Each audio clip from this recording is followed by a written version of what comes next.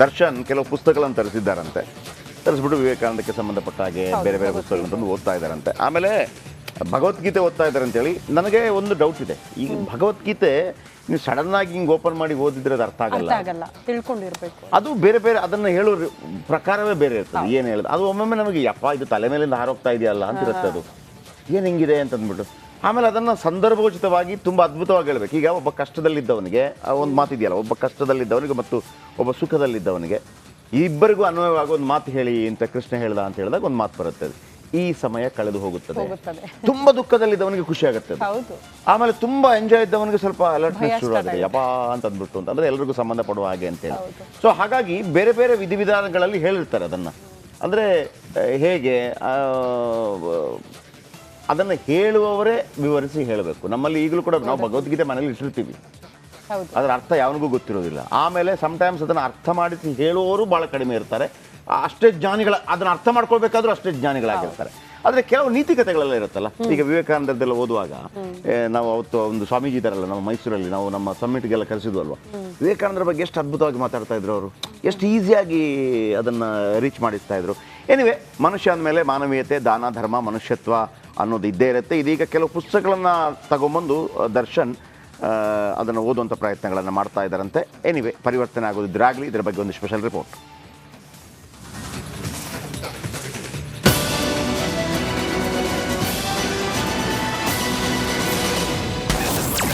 ಜೈಲು ಪಾಲಾಗಿರೋ Darshan full silent. ದಾಸನಿಗೆ ಈಗ counselling ಅಗತ್ಯವಿದೆಯಾ? ವೀರನಂತೆ ಮೆರೆದು ಹಾರಾಡಿದ್ದ Darshan ಈಗ ಜೈಲಲ್ಲಿ ಒಬ್ಬಂಟಿಯಾಗಿದ್ದಾನೆ. ಯಾರ ಸಹವಾಸಕ್ಕೂ ಹೋಗದೆ ಆಧ್ಯಾತ್ಮದತ್ತ ಮುಖ ಮಾಡಿದ್ದಾರೆ ಎನ್ನಲಾಗ್ತಿದೆ. ಈ ನಡುವೆ ನಟ ದರ್ಶನ್ಗೆ ಕೌನ್ಸಿಲಿಂಗ್ ಅಗತ್ಯವಿದೆ ಅಂತ ಹೇಳಲಾಗುತ್ತಿದೆ. ಜೈಲಲ್ಲಿ ಯಾರೊಂದಿಗೂ ಮಾತನಾಡದ ದರ್ಶನ್ ಮೌನಕ್ಕೆ ಶರಣಾಗಿದ್ದಾರಂತೆ. ರೌದ್ರನಂತೆ ವರ್ತಿಸುತ್ತಿದ್ದ ದಾಸ ಈಗ ಎಲ್ಲವನ್ನ ಬದಿಗಿಟ್ಟು ಶಾಂತನಾಗಿದ್ದಂತೆ. ಅಷ್ಟೇ ಅಲ್ಲ, ಇಂತಹ ಹೊತ್ತಲ್ಲಿ ಕಾಟೇರನಿಗೆ ಕೌನ್ಸಿಲಿಂಗ್ ನೀಡಿದ್ರೆ ಒಳ್ಳೆಯದು ಅಂತ ಮನಶಾಸ್ತ್ರಜ್ಞೆ ಡಾಕ್ಟರ್ ಚಂದ್ರಿಕಾ ಹೇಳಿದ್ದಾರೆ. ಪರಿವರ್ತನೆಯ ಬುಕ್ ನೀಡಿದ್ರೆ ಒಳ್ಳೆಯದು. 4 ಗೋಡೆ ಮಧ್ಯೆ ಇರುವ ದರ್ಶನ್ ಸ್ವಾಮಿ ವಿವೇಕಾನಂದ ಪುಸ್ತಕ ಹಾಗೂ ಭಗವದ್ಗೀತೆ ಓದಿದ್ರೆ ಅವರಲ್ಲಿ ಪರಿವರ್ತನೆ ಆಗುತ್ತೆ. ದರ್ಶನ್ ಅರ್ಧ ಭಗವದ್ಗೀತೆ ಓದಿದ್ರೆ 100ಕ್ಕೆ 100% ಮನ ಪರಿವರ್ತನೆ ಸಾಧ್ಯ ಎಂದಿದ್ದಾರೆ. ಭಗವದ್ಗೀತೆ ಓದುವುದರಿಂದ ಕೃಷ್ಣನೇ ಕೌನ್ಸಿಲರ್ ಆಗಬಲ್ಲ ಎಂಬ ಸಲಹೆ ಕೊಟ್ಟಿದ್ದಾರೆ. ಅವರಿಗೆ ಹಿಟ್ಲರ್ ಪುಸ್ತಕ ಕೂಡ ಕೊಡಲು ಸಲಹೆ ಕೊಟ್ಟಿದ್ದಾರೆ. ಹಿಟ್ಲರ್ ಏನೆಲ್ಲ ಕ್ರೌರ್ಯ ಮಾಡಿದ್ದ, ಆದ್ರಿಂದ ಆಗಿದ್ದೇನು ಎಂಬುದು ತಿಳಿಬೇಕು. ದರ್ಶನ್ ಭೇಟಿ ಮಾಡಲು ಹೋದವರು ಈ ಪುಸ್ತಕ ಕೊಡಲಿ ಅಂತ ರಿಪಬ್ಲಿಕ್ ಕನ್ನಡದೊಂದಿಗೆ ಮನಶಾಸ್ತ್ರಜ್ಞೆ ಡಾಕ್ಟರ್ ಚಂದ್ರಿಕಾ ಹೇಳಿದ್ದಾರೆ. ದಯವಿಟ್ಟು ನೀವೆಲ್ಲ ಯಾರಾದ್ರೂ ಭೇಟಿ ಮಾಡಿದ್ರೆ ಒಳ್ಳೆ ಒಳ್ಳೆ ಪುಸ್ತಕಗಳನ್ನ ಕೊಡಿ, ಆಯ್ತಾ? ಆಮೇಲೆ ರಾಮಕೃಷ್ಣ ಪರಮಹಂಸ ಅವರ ಪುಸ್ತಕಗಳನ್ನು ಸಹ ಓದ್ಲಿ. ಬುದ್ಧ ಹೇಳಿದ್ದೆ ಮೈಂಡ್ಫುಲ್ನೆಸ್. ಬುದ್ಧ ಹೇಳಿದ್ದೇನೆಂದ್ರೆ ಪ್ರೆಸೆಂಟ್ ವಾಟ್ ಈಸ್ ಹ್ಯಾಪನಿಂಗ್, ಆ ಅವೇರ್ನೆಸ್ ನಿಮಗೆ ಇರಲಿ. ಇಲ್ಲ ಅಂದ್ರೆ ನೀವು ಇಲ್ಲಿ ಗೆಟ್ ಇನ್ ಟು ಕನ್ಫ್ಯೂಷನ್ ಅಂತ. ಬುದ್ಧನ ಜೀವನ ಚರಿತ್ರೆನ ಓದ್ಲಿ. ಓಕೆ, ಬುದ್ಧ ಇದನ್ನೆಲ್ಲ ನೀವು ಈ ಥರ ಪುಸ್ತಕಗಳೆಲ್ಲ ಓದ್ಲಿ. ರಾಜ್ಕುಮಾರ್ ಜೀವನ ಚರಿತ್ರೆನೂ ಸಹ ಓದ್ಲಿ. ಇವೆಲ್ಲ ತುಂಬಾ ಚೆನ್ನಾಗಿದೆ. ಮಹಾಭಾರತ ಓದ್ಲಿ, ರಾಮಾಯಣ ಓದ್ಲಿ. ಶಕುನಿ ಇನ್ಸ್ಟಿಗೇಟರ್ ಇಲ್ಲಿ. ಈಗಾಗಲೇ ಕುವೆಂಪು ಅವರ ಪುಸ್ತಕಗಳನ್ನ ಓದುತ್ತಿರುವ ದರ್ಶನ್ ಜೈಲಿಂದ ಆಚೆ ಬರುವಷ್ಟರಲ್ಲಿ ಸಾಕಷ್ಟು ಬದಲಾವಣೆಗಳು ಕಾಣುವ ಸಾಧ್ಯತೆ ಇದೆ. Bureau report, republic Kannada. ನಿಗಮದ ಒಂದು ಎಕ್ಸ್ಕ್ಲೂಸಿವ್ ಸುದ್ದಿ ಏನಿದೆ, ಒಂದು 10 ಲಕ್ಷ ಒಂದು ಅಕೌಂಟಿಗೆ ಹೋಗಿದೆ. ಯಾರ್ಯಾರಿಗೆ ಹೋಗಿದೆ ಅನ್ನೋದು ನೀವು ನೋಡಿದ್ದೀರಿ. ಇನ್ನೊಂದು ಪಾಯಿಂಟ್ ಇದೆ.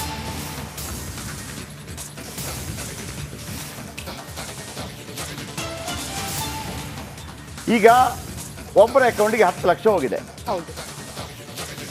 ಆ 10 ಲಕ್ಷ ಪಡೆದವರನ್ನ ಟ್ರೇಸ್ ಮಾಡಿದ್ದಾರೆ. ಆಗ ಅವ್ರು ಏನು ಹೇಳಿದ್ದಾರೆ, ಸಕ್ಕದಾಗಿದೆ ಅದು. 1 ರೂಪಾಯಿ ಅದೇ. ಅಂದರೆ ನಾನೊಂದು ಉದಾಹರಣೆಗೆ ಹೇಳಿದ್ದು, ಆ ಅಕೌಂಟಿಂದ ಯಾರಿಗೆಲ್ಲ ದುಡ್ಡು ಹೋಗಿದೆ, ನಾಗೇಂದ್ರ ಥ್ರೂ ವಾಲ್ಮೀಕಿ ನಿಗಮದು ಪ್ರತಿಯೊಬ್ಬರನ್ನು ಟ್ರೇಸ್ ಮಾಡ್ತಾ ಇದ್ದಾರೆ. ಹೀಗಾಗಿ ಒಂದು ಅಕೌಂಟಿಗೆ 10 ಲಕ್ಷ ರೂಪಾಯಿ ಹೋಗಿದೆ. ಆ ಥರನ ಕರೆದು ಕೇಳಿದ್ದಾರೆ, ಏನಪ್ಪ ಇದು ಅಂತೇಳಿ.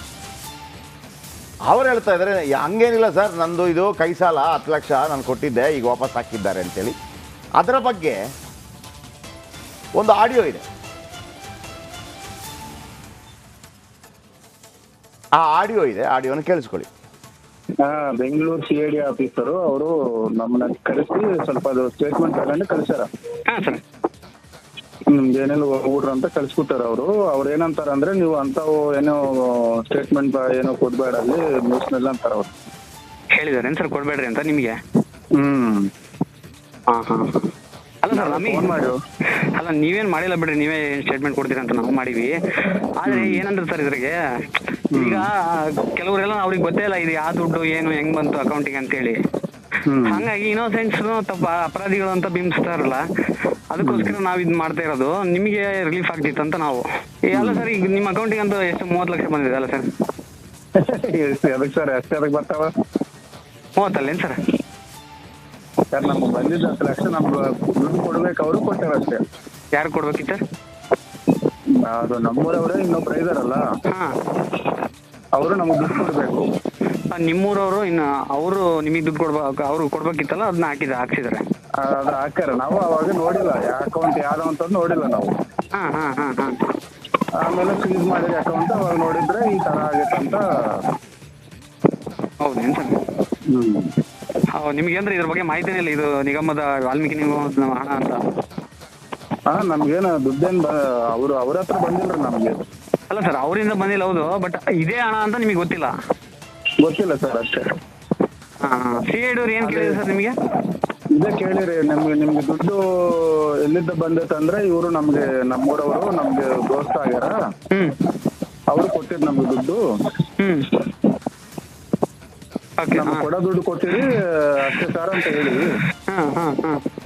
ಸರ್ ಅದು ಏನನ್ನಾಗ್ಲಿ ಅವ್ರ ಹತ್ರ ನೀವು ಮತ್ತೆ ವಾಪಸ್ ಕಳಿಸ್ಲಿ ದುಡ್ಡು ಅಂತ ಹೇಳ್ಯಾರ ಅವರು. ಇವಾಗ ಅವ್ರು ಒಳಗೆ ಇದ್ದೀರಲ್ಲ ಅವರು, ಅವ್ರ ಹೆಸರು ನಾವು ಹೇಳಂಗಿಲ್ಲ.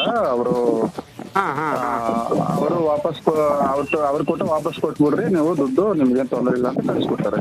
ಅಂದ್ರೆ ನಿಮಗೆ ನಿಮ್ಮ ಅಕೌಂಟಿಗೆ ಬಂದಿರೋ ದುಡ್ಡನ್ನ ವಾಪಸ್ ಕೊಡ್ರಿ ಅಂತ ಹೇಳಿದಾರೆ ಸರ್ ಈಗ 10 ಲಕ್ಷನ? Okay okay okay.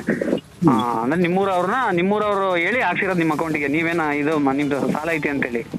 ನಮಗೆ ಸಾಲ ಐತೆ ಸರ್, 72ನಲ್ಲಿ ತಗೊಂಡಾರ ಅವರು. 72? 2022. ಅವರು ಈ ಹಣ ಹಾಕ್ಸಾರ. ಓಕೆ, ನಿಮ್ಮ ಹತ್ರ ಏನು ಅವಾಗ ದುಡ್ಡು ಇಸ್ಕೊಂಡಿಲ್ಲ ಅಕೌಂಟಿಗೆ ಹಾಕಿ ಮತ್ತೆ ಕೊಡ್ರಿ ಅಂತೇಳಿ?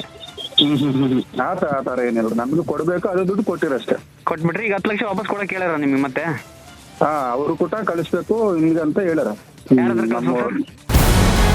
ನಮಸ್ಕಾರ, ಕರ್ನಾಟಕ ಪ್ರೈಮ್ ಟೈಮ್ಗೆ ಸ್ವಾಗತ. ನಾನು ಜಯಪ್ರಕಾಶ್ ಶೆಟ್ಟಿ. ಇಡೀ ಕರ್ನಾಡು ಇವತ್ತು ರೆಬೆಲ್ ಆಗಿ ನಿಂತಿದೆ. ಈ ಹಗರಣಗಳನ್ನು ಸದನದಲ್ಲಿ ಪ್ರಸ್ತಾಪ ಮಾಡಲು ಕೂಡ ಕಾಂಗ್ರೆಸ್ ಹಿಂದೇಟು ಹಾಕಿದ್ದೇಕೆ? ನಿಮ್ಗೆ ಸಂಬಳ ಅದಕ್ಕೆ, ನಿಮಗೆ ವಾಹನ ಅದಕ್ಕೆ, ನಿಮಗೆ ವೆಪನ್ ಅದಕ್ಕೆ, ನೀವು ಅದನ್ನು ಸೆರೆ ಹಿಡಿಬೇಕಾಗಿತ್ತು. ನೀವು ವಿದ್ಯುತ್ ಬರ ಇದೆ ಅಂತ ಹೇಳ್ತಾ ಇದ್ದೀರಿ, ಎಲ್ಲಿ ಬರ ಇದೆ ನೀವು ಹೇಳಬೇಕು.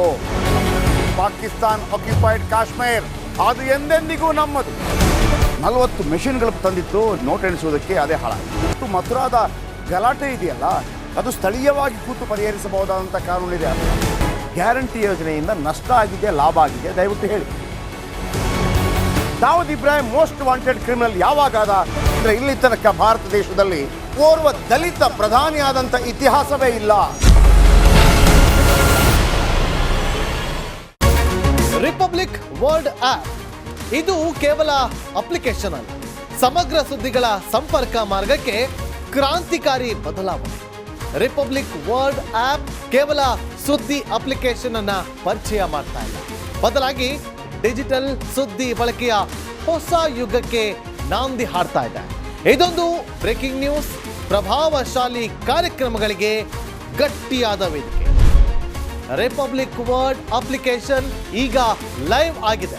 ಗೂಗಲ್ ಪ್ಲೇ ಸ್ಟೋರ್ ಮತ್ತು ಆಪಲ್ ಆಪ್ ಸ್ಟೋರ್ ಎರಡರಲ್ಲೂ ಲಭ್ಯವಿದೆ. ಈಗಲೇ ಡೌನ್ಲೋಡ್ ಮಾಡಿ.